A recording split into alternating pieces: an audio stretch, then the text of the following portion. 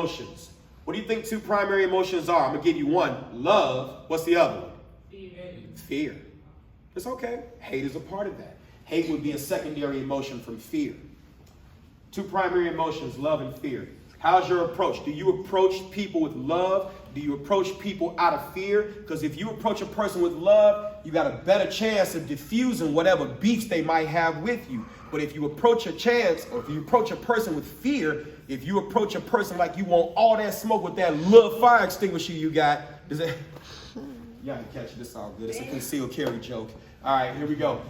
You get it. How is your approach? Love and fear. How many of you, a lot of people approach you from fear?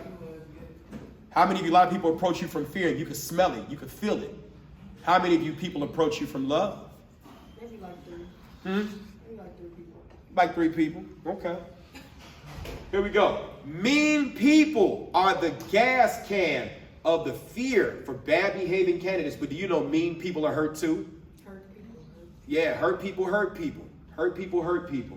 So what is your tank filled with? Is it filled with love or is it filled with fear? When you approach a person, you could be nice or you could approach from a position of hate. Okay, approach from a position of fear. One of the things that I do, I go to workplaces and I teach active shooters. How many of y'all know what an active shooting is? Right, okay, when people go into schools and they go into churches, workplace, and decide to shoot up because they're angry and stuff like that, things happen, okay? But here's a known fact when it comes down to active shooters. Here's a known fact. One, they are likely to spare someone who has been nice to them. Does that make sense? Somebody who's been nice to them. And that's why I don't have no problem going around saying, how you doing? I hope you're doing good today. Hope you're doing good today. I know you don't expect me. I love doing accusation audits too. I love pulling negative thoughts out of a person's head.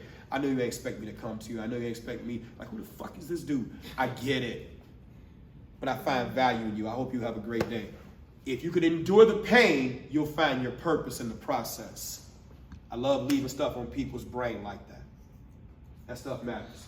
Because the minute, let's just say she decided to mess something up, right? She'll see me and let me go past him and go after everybody else because he was nice to me. Does that make sense? Yeah. Here we go. 5 love languages. How many of y'all heard this 5 love languages thing before? Y'all heard it a little bit. I'm going to give it to you now. All the adults in the back like, yes, I read the book. Here we go. Physical touch, acts of service, words of affirmation, gifts, quality time, right? I can just sit there and just say a nice word to you, right? They're here trying to give you a job, right? You may not find value in it now, but I'm telling you, there is value in doing the work now so that when you do get older, you'll get more skills. You'll get more skills so that you're able to help not only yourself, but other people too, because family matters, okay? Family matters. Here we go. How many of y'all seen the movie Black Panther? Okay. How many of y'all know the character Killmonger?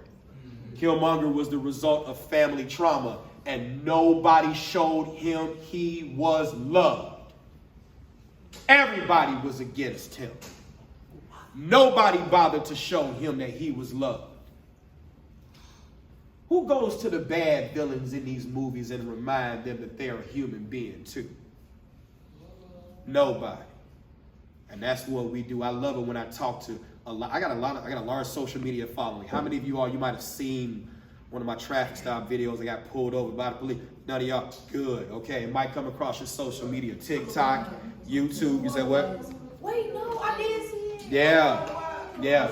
That was me. Yes. That was me. Yes. I've got videos that have gone viral. But the thing is, I love it when I come across young folks because I'll sit there and I'll tell them that you matter. No matter what you've been through.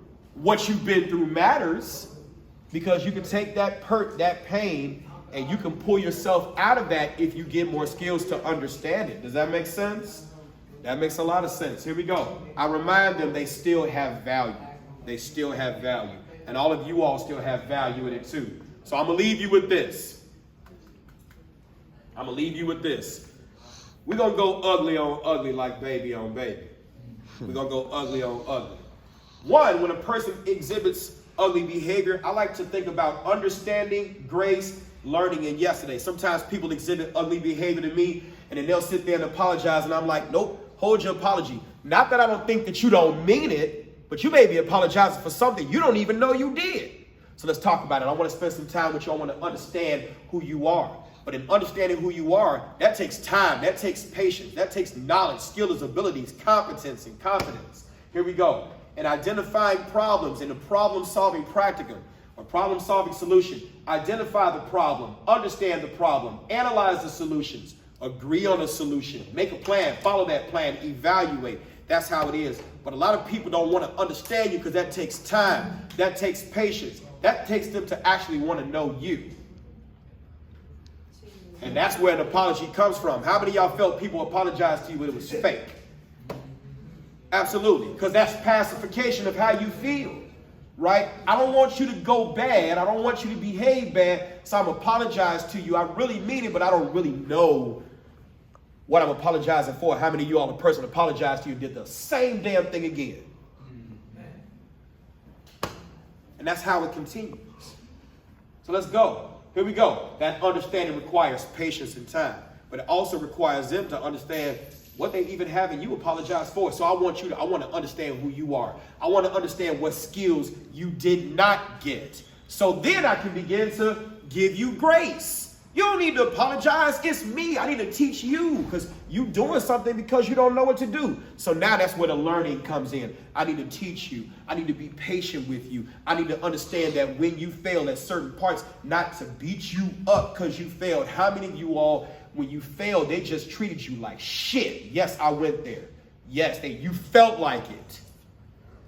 I want to remind you that as a little learning human being, as a young person, you don't deserve chastisement. You don't deserve to be treated like you don't matter. You deserve grace. You deserve forgiveness. You deserve to be taught because you matter. How many of you all, you know you matter? You know you deserve grace. You know you deserve more than a second chance because adults beg for chances all the time but want you to be perfect. They swear they've been kids before, but when it comes to certain stuff, they forgot. Come on. So you deserve to be taught. And then after you get taught, you deserve to have your past mistakes left in yesterday. Yesterday. Skills over feels. One of the things that I do, y'all give me a little bit of time, a little bit of latitude. Ma'am, sir, back, a little bit of time. No? A little bit? No? A little time? I got a little time? Okay, all right. Just want to make sure. Okay, all right. One of the things that I do with the kids, when I teach, I mentor kids in the schools, I have them go over the oath of a learner. So I'm going to go over with you. I am a learner. I love education. Education must be rigorous. Education must be relevant. But educators must build relationships before learning happens. Tell me, I won't remember. How many of y'all people just tell you all the time? When's the last time I told you? I'm not going to tell you again or make me tell you again or make me repeat myself and then wonder why you don't learn because that's all you're doing is telling me. You're not teaching me. Teach me, I will remember. How about this? Involve me, I will what? Learn. For in life, when you are not there, I will either win or what? No, learn. That makes sense? We separate people into winners and losers instead of winners and learners.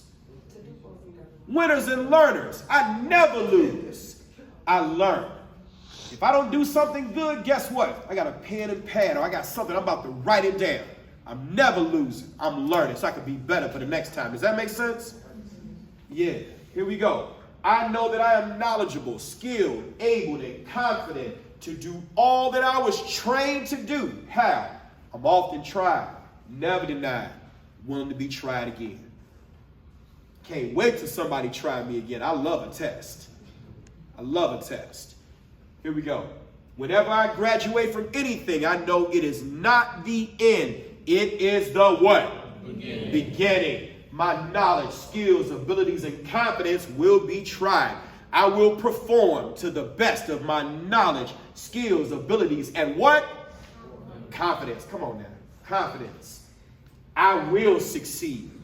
When I succeed, I will know I was never denied, even if others deny my success. If I don't succeed, I will what?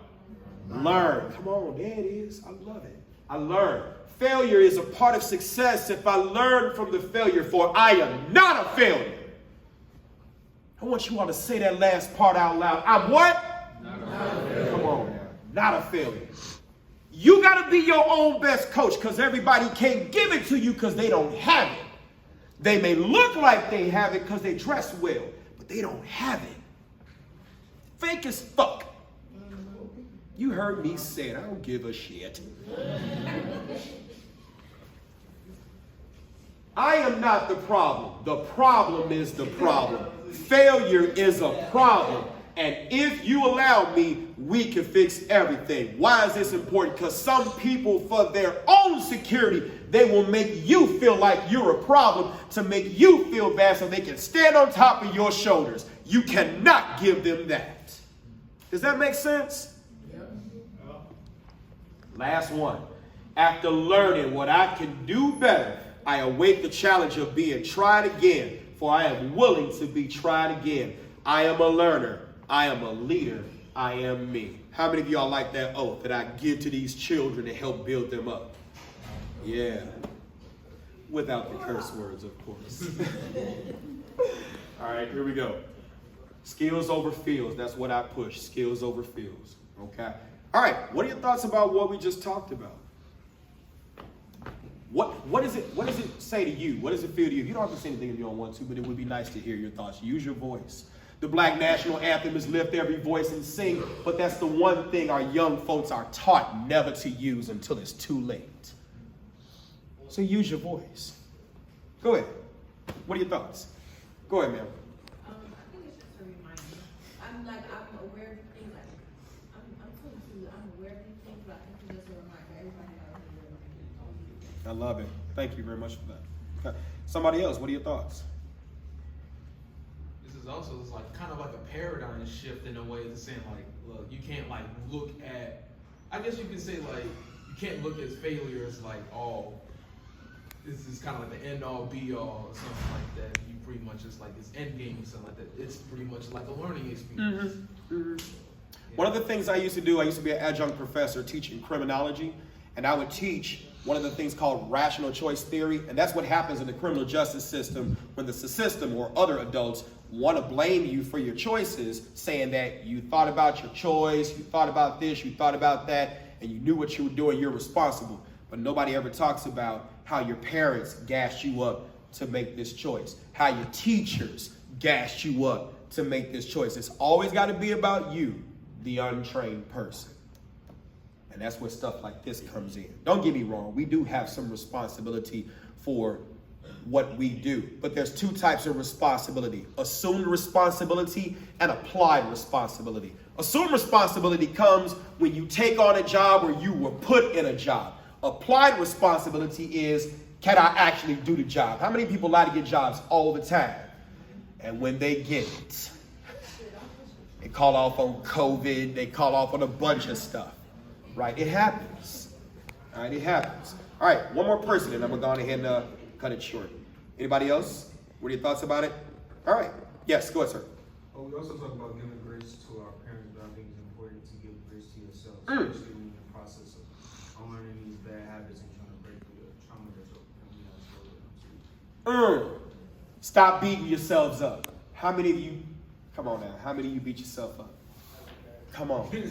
Stop beating yourselves up. Give yourself grace.